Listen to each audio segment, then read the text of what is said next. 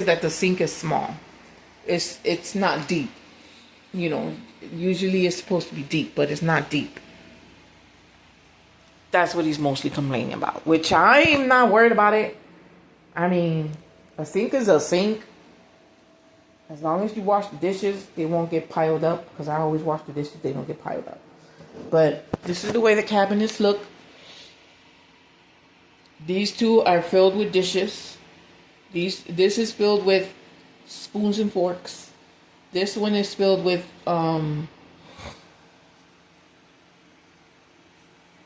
bags and Ziploc bags and whatnot. And then this one is filled with my pots and pans.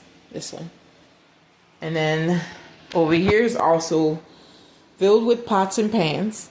And the top one is filled with forks and spoons.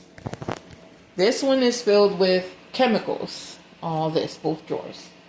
This one is filled with more bags, but more like trash bags.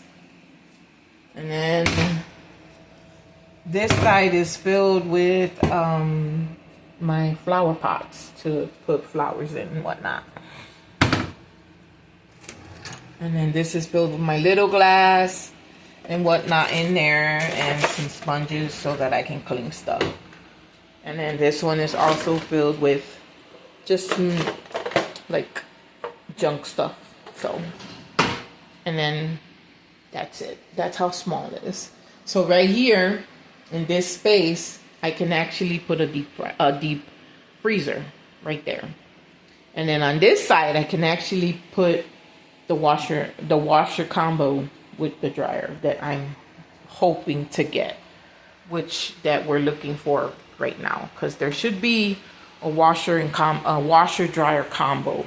That's what I want to get, but it has to be small. So I have been looking online. I know they have it. I just haven't looked for it. So I'm hoping to at least find it. But until then, I'm not going to be able to find anything until we look. So we're just going to look and see what happens. But they have these I can't put regular washers and dryers here because, for one, we don't have the connection.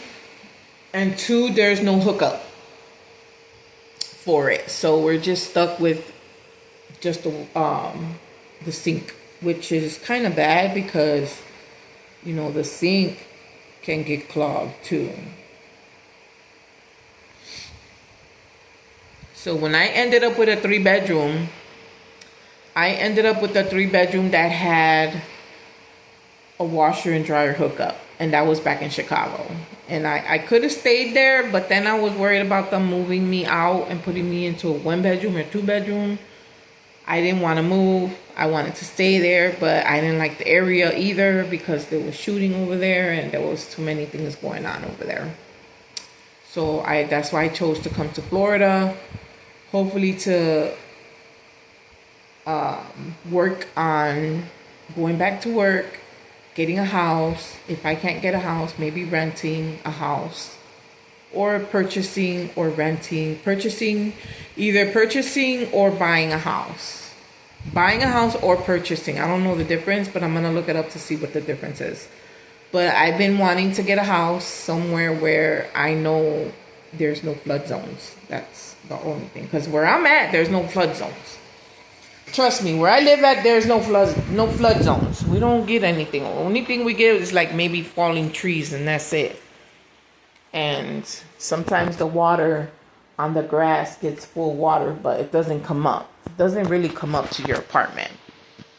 Because eventually we live in high grounds, so we don't have that. But without further ado, guys, it's already past my 20 minutes. Without further ado, guys, I will see you guys on the next channel. And hopefully, I am going to start putting those thumbnails up so you know which is which and which ones I'm talking about, so that you guys can go ahead and check that out. So I will see you guys on my next one. Later.